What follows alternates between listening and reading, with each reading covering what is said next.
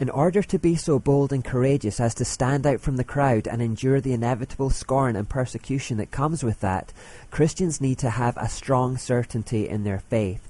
The stronger in faith we are, the more bold and courageous we will be. You don't put yourself on the line for something you don't really believe in. So how do we grow in certainty? By hearing the word of God and then being obedient to what we hear. The rhythm of true Christian discipleship is a tidal motion of being drawn in to be taught and then being sent out to apply.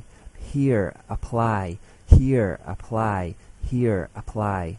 That's how Jesus did it, and that's how we should do it. And as we go through this process, the truth about God is revealed and we come to know it more deeply and with more conviction, both intellectually and experientially. Christians who are truly growing in faith are growing in certainty because, as the Bible tells us, faith is the assurance of things hoped for, the conviction of things not seen. As we grow in faith, we grow in conviction or certainty, and as we grow in certainty, we grow in courage. You'll notice then that Christians who are truly following Christ start to leave the world behind. They're no longer enamored with it, and they're unashamed about that. They are increasingly willing to stand for God's truth and increasingly willing to endure the taunts and the pressures. They will suffer the loneliness, the hatred and the misunderstanding, as Jesus himself did. They will refuse to abandon God for the sake of popularity and will be happy to be made distinctive by their divergence from the world around them and by their adherence to a higher moral code. They are going through a process that Christians know as sanctification, and as they move in this direction, they will bring increasing light and liberty into their society, but often at great personal cost. When a Christian makes a moral decision, there is really only one thought going through their minds, only one reference point they're looking to, and that is God. Christians are always internally regulating their behaviour by using Him as the fixed reference point on their moral compass. They're always asking themselves the famous question, what would Jesus do? They don't care about what is culturally acceptable or politically correct, and they don't follow crowds or fads or trends of the day. The world's views on abortion may change, but Christians only look to God, and He never changes. The world's views on homosexuality may change, but Christians only look to God, and He never changes. They are always only looking to God. They're willing to be different and persecuted for that. They trust God's goodness and understand His moral law never changes. They know that He Himself is the dividing line between right and wrong. Therefore, if what we're doing aligns with His will, then we're in the right. And if what we're doing contradicts His will, then we're in the wrong. It's as simple as that. He is our benchmark, our perfect standard. He is the good apple by which we measure bad apples, and the absolute light by which we measure darkness. We can be certain about it. As you can see, this kind of moral certainty creates a very black and white way of thinking, as highlighted by our trusty diagram. God's moral law defines what's right and wrong. It's solid and it's rigid, it's black and white, and it never changes. All we have to do is live by its boundaries and we can't go wrong. It's that simple and we can be that certain about it. And although it's unpopular to say it these days, let me say that certainty is good. The diagram, how you see it, is how it should be. There are real moral absolutes in this world, and God is rightly the arbiter between the two. Martin Luther once said, "Nothing in the world causes so much misery as uncertainty," and he was right. Look around and you'll see that the world without God is indeed a very uncertain and tumultuous place, and it does cause stress and misery. People out there are not having a good time.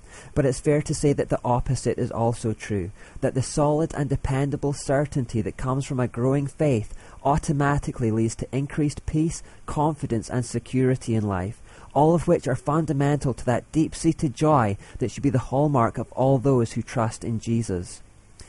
This peace, confidence and security that Christians enjoy riles godless people because it's something they just don't have. They hate the idea of a fixed moral law. They hate the idea that they could be on the wrong side of it, and they hate that Christians are so certain about it. Non-believers hate our certainty. They don't want fixed boundaries. They don't want this God interfering with their lives. They want the license to do whatever they want. So they claim that moral certainty is closed-minded, bigoted and arrogant, and that no one has any right to believe in anything so wholeheartedly. They instead glorify their own uncertainty and restlessness as being noble and enlightened. They don't mind discussion as long as no one claims to have the absolute truth on a subject, as long as no one tries to tell them that they're wrong about anything. Everything must remain subjective and relative and unfixed. Everything must remain undefined and open to the interpretation of the individual, because remember, each person is their own God with their own truth under the satanic system. So godless people live in a world of undefined and variable shades of grey, where they can bend the moral law to suit their own selfish whims, and they simply hate black and white truths that could expose that selfishness or bother their consciences. These are the hallmarks of our confused, aimless and uncertain postmodern era, who refuse to submit to God in favour of following their own egocentric and licentious whims. They do it under the banner of tolerance, but this word is just a euphemism for selfishness. Tolerate my actions roughly translates as, let me do whatever I want to do without making me feel guilty about it. Their trading of God for self means extreme uncertainty. They don't know what they're living for or where they're going when they die. They don't know what means anything, or if anything means anything at all. They don't know what to believe in. They have no reference point. They are lost in a moral void of hedonistic emptiness.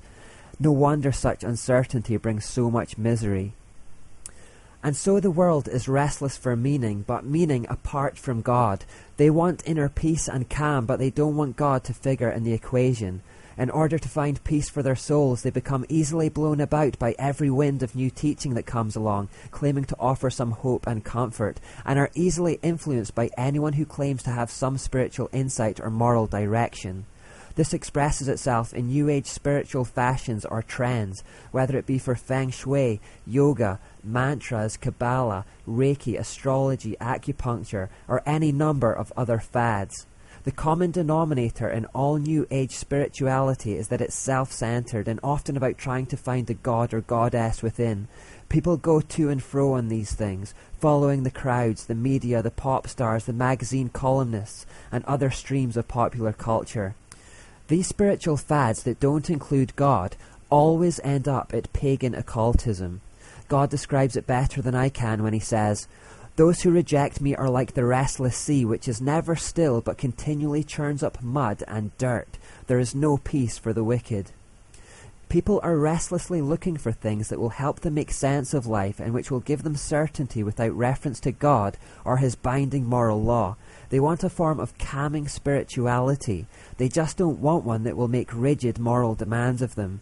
They want something that makes them feel good without asking them to be good. In doing so, they just churn up egocentric pagan dirt from the laboratories of hell. So here's the stark contrast.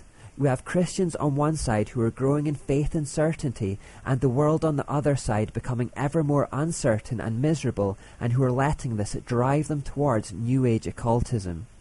And this is just one more reason why it's the mission of the Christian to wade into the darkness, to shine a real light of hope, to keep confronting people with the truth that they'd rather not see, and to keep bringing people back to God and his moral law with all its rigidity and solidity and hope and peace and certainty and joy.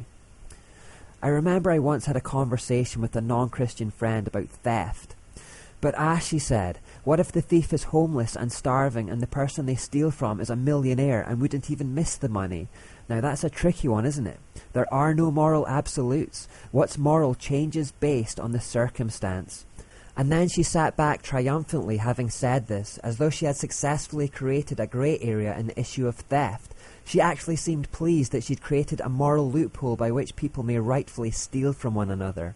Like we should rejoice that we can now selfishly take things from others if we could convince ourselves that we needed it more than the owner.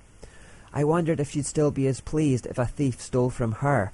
I wonder if she'd thought through what kind of world she was trying to create, where everyone could do what thou wilt based on their own self-centered moral worldview. And this is how the world begins to work without God, though. There's a push to make everything uncertain and open to interpretation. Now, fortunately for decent society, she hadn't created any loophole at all. She hadn't come close. God's morals are absolute. They are certain. Do not steal. Just don't do it. There's no ways around it. There's no room for negotiation. It's black and white. It's very simple and very certain.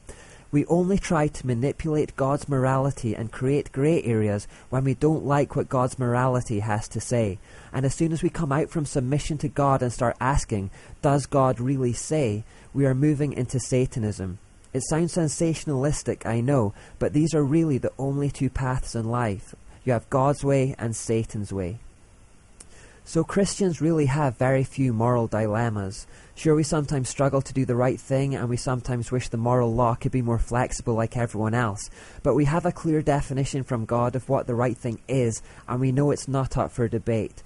The moral law is never for us to define, only to live by. And not even perfectly, it has to be said. We still make mistakes, but we know that doing the right thing matters a great deal and that God watches us at all times. So when we make mistakes, we repent, we get back up again, and we try again. So morally, Christians are rarely confused. But I'll tell you where Christians do get confused. They get confused in the less well-defined, pliable, bendy realm of the left-hand side of our diagram, the neutral side. We have much to learn about that side, so that's what we're going to look at in the next section of this series.